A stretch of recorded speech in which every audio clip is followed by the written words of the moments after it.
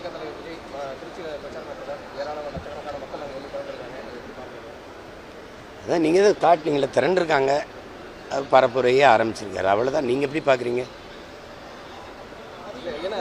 நான் கூட்டம் அது வரும், கூட்டம் வரதானே செய்யும்.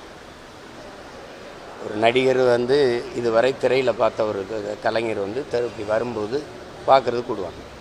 நாங்கள்லாம் சின்ன பிள்ளையா இருக்கும்போது எம்ஜிஆர் வராரு, சிவாஜி வராருன்னு கூட்டிகிட்டு போய் நிறுத்தினதெல்லாம் இருக்குது. இதே மாதிரி மணிக்கணக்காக நின்றதெல்லாம் இருக்குது. கடைசியாக அவர் வரலை, அப்படியே போயிட்டார் பரமக்குடியோடன்னு இளையாங்குடியில் நாங்கள் நின்று ஏமாந்து திரும்பினதெல்லாம் இருக்குது. அது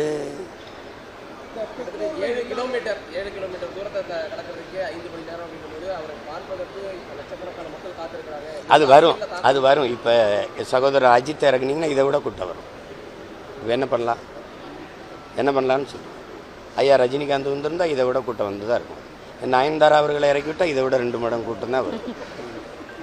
நீங்கள் அதை கூட்டத்தை பார்க்காது, முன்வைக்கிற கொள்கையை பாருங்கள். உருப்படாது. இல்லைன்னா உங்களை மாதிரி ஆளுகள்லாம் சேர்ந்து தான் அந்த நாட்டை நாசமாக்கிட்டே இருக்கிறீங்க. ஒரு செய்தி சார்ந்து நீங்கள் நிற்கிறீங்களா?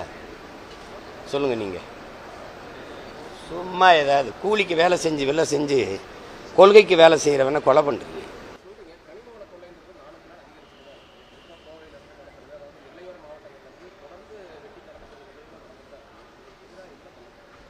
ஒரே வழி என்னை அதிகாரத்தில் அமர வைக்கிறது தான், வேறு வழியே கிடையாது. இதை நீங்கள் என்கிட்ட கேட்குறீங்கல்ல, நேற்று ரொம்ப கூட்டம் வந்துச்சுங்களா, அவர்கிட்ட கேளுங்கள. அதை பற்றி பேசி போராடிக்கிட்டு இருக்கவன்ட்டே கேள்வி கேட்குறீங்களே.